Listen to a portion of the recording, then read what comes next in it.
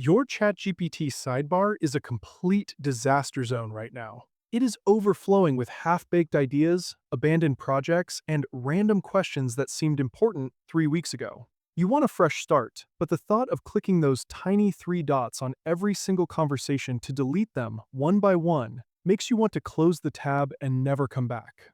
This tutorial is going to show you exactly how to delete all chats in ChatGPT without losing your mind or wasting your entire afternoon.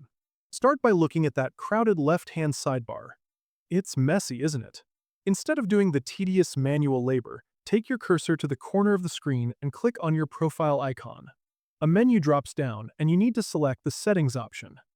Once that window pops up, stay right there and click on the Data Controls options, because that is where the power lies.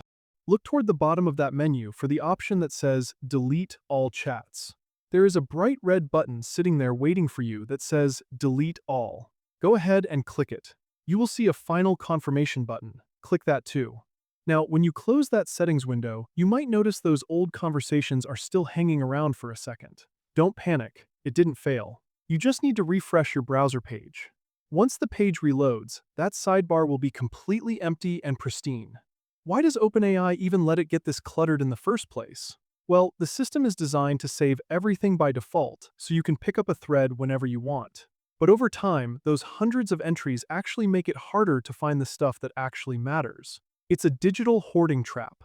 You finally have your workspace back. You aren't staring at a graveyard of old prompts anymore. You are in total control of your interface, and you can start your next big project with a totally clean slate.